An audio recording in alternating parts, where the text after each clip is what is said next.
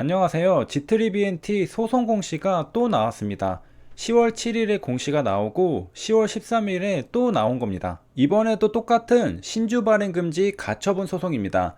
그런데 원고가 다릅니다. 이번엔 SH 파트너스가 소송을 제기했습니다. 이게 도대체 무슨 일일까? 이번에도 G3BNT 홈페이지에는 공지사항이 한 번 더 올라옵니다. 최근 당사에 대한 악의적인 소송이 제기되고 있습니다. 아마도 최근에 올라온 두 건의 소송 공시를 이야기하는 걸로 보입니다. 상장사는 소송이 제기되면 공시를 해야 합니다. 그래서 공시를 통해 말씀드렸다는 내용입니다. 공지사항에는 이번에 소송을 제기한 SH 파트너스에 대한 소개가 나옵니다.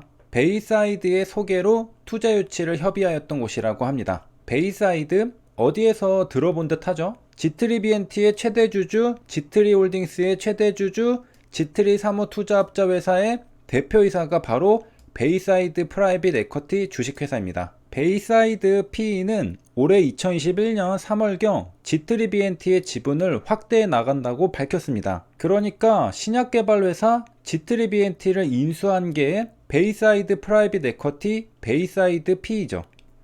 베이사이드 PE는 G3홀딩스를 통해 G3BNT의 지분 2.65%를 인수했습니다. 지속적으로 지분을 확대해 나갈 계획이라고 했으니까 서서히 지분을 늘려서 안정된 경영권을 확보하려고 했던 겁니다. 그 말대로 지분을 늘려서 3월에 G3홀딩스가 인수한 지분은 2.65%인데 6월 30일을 기준으로는 3.89%로 지분이 늘었습니다. 베이사이드 PE는 기본적으로 G3BNT의 경영권을 인수하기 목적으로 지분을 사들인 겁니다. 단순 투자가 아니라는 것이죠. 그래서 기사에서도 베이사이드를 소개하길 경영참여형 사모펀드라고 소개합니다. 그 시작은 어디에서부터였을까? 2월 26일 G3BNT에서는 공시가 나옵니다. 기존의 최대 주주는 양원석 외 2인이었습니다. 2.69%의 지분을 들고 있었죠. 이걸 G3홀딩스가 넘겨봤습니다. 2.65%죠. 기존 최대 주주의 지분 대부분이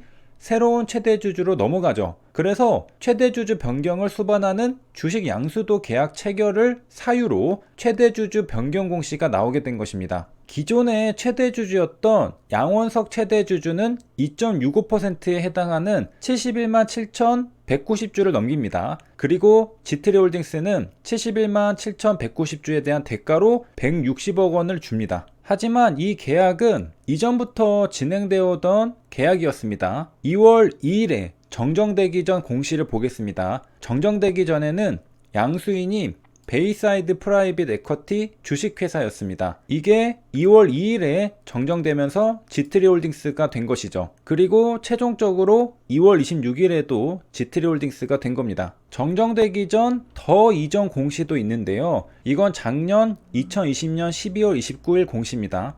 이때도 계약 당사자의 양수인은 베이사이드 프라이빗 에쿼티 주식회사였습니다. 그러니까 2020년 12월 29일부터 G3BNT는 베이사이드 PE가 최대 주주로 지분을 확보하려고 했던 것이죠. 그리고 공시가 정정을 거쳐서 최종적으로는 G3홀딩스가 지분을 인수했습니다. 하지만 그 뒤에는 베이사이드 PE가 있었다는 것이고요. 기사에 따르면 G3홀딩스는 베이사이드 PE가 설립한 투자 목적 회사입니다. 그러므로 정리하면요. 베이사이드 PE가 투자 목적 회사 G3홀딩스를 통해 G3BNT의 지분을 인수하였다는 겁니다.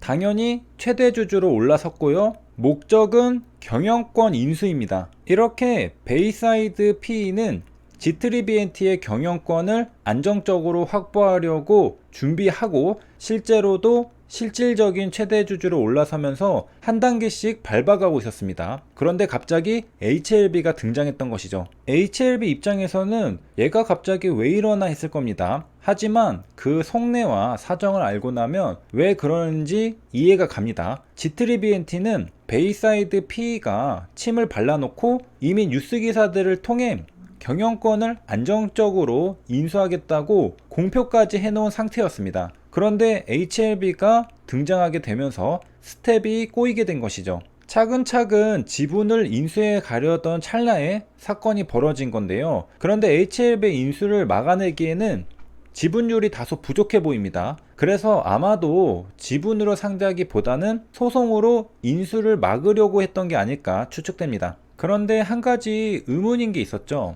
바로 양도인이었던 양원석 전 최대주주가 지트리 사무투자업자 회사의 최대주주로 97%의 지분을 가지고 있었던 사실이었죠. 이게 왜 그런 건가? 일단 지트리홀딩스는 우리가 아까 공부했듯이 베이사이드 PE가 운용하는 경영참여형 사무집합 투자회사인 지트리 사무투자업자 회사가 투자 목적 회사입니다. 와, 정말 길고 복잡하죠.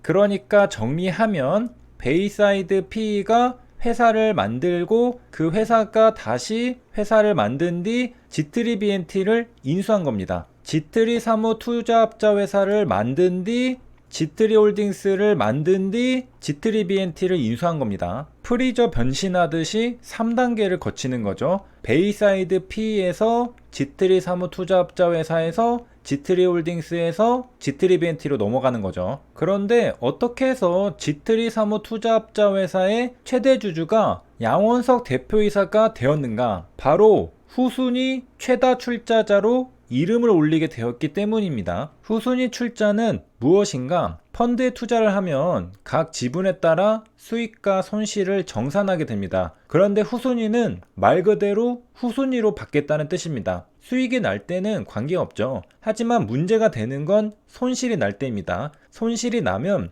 펀드의 규모가 쪼그라들겠죠. 그러면 너도 나도 내 돈을 빨리 받고 싶을 겁니다. 못 받을지도 모르니까요. 후순위는 펀드에 손실이 발생했을 때 다른 투자자들의 돈을 먼저 돌려준 뒤에 남은 돈을 돌려받겠다는 조건으로 투자한 것을 말합니다. 그런데 선순위와 똑같은 조건이라면 아무도 후순위 출자를 안 하겠죠. 후순위로 돌려받는 대신 수익은 큽니다. 양원석 대표이사가 지트리 사무투자업자 회사 최대 주주의 이름을 올렸던 건 후순위 출자자로 참여했기 때문인 것으로 보입니다. 매각으로 받은 자금을 베이사이드 PE가 조성할 펀드에 후순위 출자자로 참여하는 형태입니다. 여러모로 베이사이드는 지트리 BNT의 지분을 안정적으로 확보하고 경영권을 안전하게 인수하는 것을 목표로 달려오고 있었습니다. 그리고 아마도 SH 파트너스도 같은 편이었던 걸로 보입니다. 베이사이드가 소개하여 투자 유치를 협의하였던 곳이라고 합니다. 이 공지사항도 양원석 대표이사가 썼죠. 그러니까 지트리 BNT가 나아가야 할 방향에 대해 지트리 BNT 의사결정권자들 간에 이견이 있는 걸로 보입니다. 아마도